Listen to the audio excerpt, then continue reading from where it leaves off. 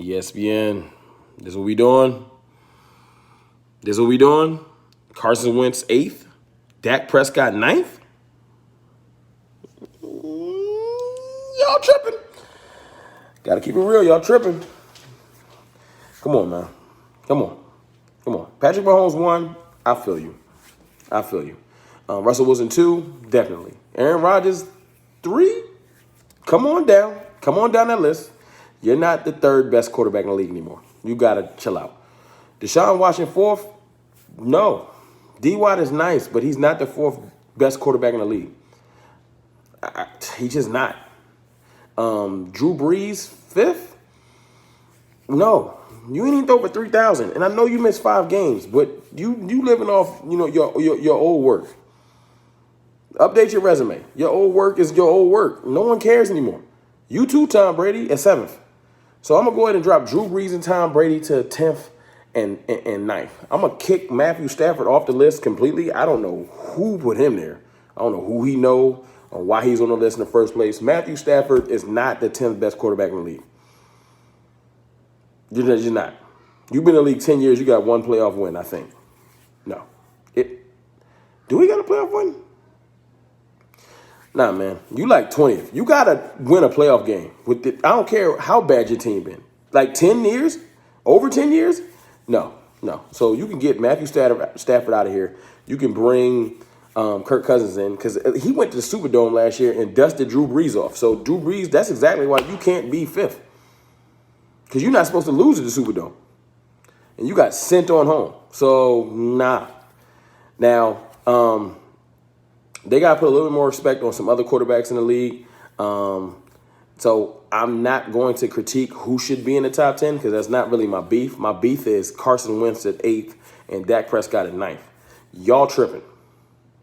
Carson Wentz, the same Carson Wentz who Dak has dusted off more wins against, owns the division. And I know people, you want to update resumes. Well, his most updated resume, he has 30 touchdowns and almost 5,000 yards. Newsflash, Eagles. Carson Wentz is the first quarterback to ever throw for 4,000 as an Eagle? Ever? And if I hear one more Eagle fan say, well, he threw for 4,000 yards and he didn't have a 5,500 yard receipt. No. I don't want to hear it anymore because it's stupid. I could go out there and complete 2 passes a game, and I'm triggered as your quarterback. 2 passes a game. 35 to 37 yards a game, and I'd have a 500-yard receiver. It's not that difficult. You're supposed to elevate people. So how can you elevate one person over 500 yards playing receiver?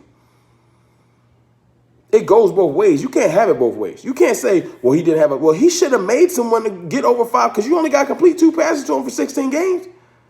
And I know people got hurt, but that's another lie. Because guess what? Alshon Jeffrey played all the way up until Miami. He had 130 yards in Miami. So what's the deal? How do y'all keep acting like he didn't have receivers all year? And then you're not going to act like he don't got 2 of the top 10 tight ends in the league. Because Zach Ertz is top 3. And Dallas Goedert is at least 8th or 9th in the league on the same team. And the Eagles run 12 personnel a lot. So I don't want to hear that he don't have the weapons. He's captain check down. Because look at Miles Sanders' receptions. Oh, yeah, he liked to throw to the backs. Look at Boston Scott's receptions. Trust me, I got to know him really well in that game against Dallas. That's Carson Wentz's move. We're going to break down those games in the future because I got all the stats.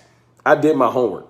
But we're not going to go through that right now. I just don't understand how Carson Wentz is above Dak when he beats him in almost every metric. He has more total touchdowns. They're tied with passing touchdowns, and then Dak has way more rushing touchdowns. So beats him in that. Carson Wentz leads the league in turnovers since he came into the league. Leads the league. 35 interceptions and 48 fumbles. And then if you go to the fumbles lost and add that to the interceptions, he has the most turnovers by any single player since he's been in the league. But people just brush that under the rug like that ain't never happened. Oh, it happened. It's going to happen some more because he's captain get a ball up. That's why we bust y'all ass in the first game last year that people act like didn't happen. You know we played y'all 1-for-1, right? And that first game was over before halftime because we destroyed y'all. Carson Wentz was healthy, and y'all had all your receivers except for Deshaun Jackson. He had everybody. What's the problem? Defense, fully healthy. I don't want to hear no excuses. They lost that game because of Carson Wentz giving the ball up. And Dallas Goedert fumbling. But y'all want to act like he's better than Dak Prescott? Who has more wins versus who? Who has most wins in the division since 2016? Who has a playoff win? Who's played in 3 playoff games? Yeah, exactly. So I don't know why he's there. He can be 8th if you really want to force him on the list. I'm not that pressed to have him on the list, but if you got to have him, you can put him 8th. All right? D. Watson got to go behind Dak. I'm sorry. Because although D. Watson is an incredible player, he hasn't performed in the playoffs like Dak has. Dak has balled in every playoff game. He might be 1-2, but he's balled. I know y'all saw the Packers game. I know y'all saw him dust off Russell Wilson. It happened. It's on his resume. It is what it is. Who won the game? Who had the game-winning play? That 17-yard one where he broke tackles, you seen it. You act like you didn't see it. You act like it was a dream, but it was real. So you got to go ahead and move D-Watt back because he don't have any iconic plays like that. You know what I'm saying? Well, I take it back. Because he did dust Buffalo off. Respect, D-Watt. Respect. All right. Respect, D-Watt. That play is iconic. So, similar to Dak's. So, y'all even. All right? So, I'll definitely have D-Watt there. But Lamar Jackson got to be 3rd. I'll put D-Watt 6th. I'll put Dak Prescott 5th. Yeah, that's where I'm going to put him. 5th in the league. And that's a little bit Cowboy bias, so you can maybe move him back to 6th if you're really mad about it. But, yeah, I'm putting Dak 5th, and I'm putting Carson Wentz 8th, and I'm putting Tom and Drew at 9, and I'll put Drew Brees 8th, Tom Brady 9th, and I'll put Kirk Cousins 10th. That's my list. All right? But check it. There's one more thing I got to get into. Let me just scroll through right here. Today, an AFC exec said that the great rookie season that Dak Prescott had was his only good season. The bar got set so high that I don't know how he can reach that again. He hasn't thrown that well since 2016. Are you on some drugs? Dak Prescott just had his best statistical season since he's been in the league. He did not have the wins, but he also had the worst special teams in the league. 32nd. 3 phases of football. Special teams is kind of important. 32nd. Our kicker missed more kicks than any kicker in history in a single season. We cut him. And I think Kai Forbath made more kicks than him in them 3 or 4 games he played than the whole season. He was trash. Bret Hart, my heart was the worst. Like the worst. So nobody had to deal with that. And this is how you know he was trash. Because my phone died. He's so trash. He's messing up my videos. Anyway, like this exec, for him to come out and say Dak ain't played good since 2016, he's on some dope. Seriously.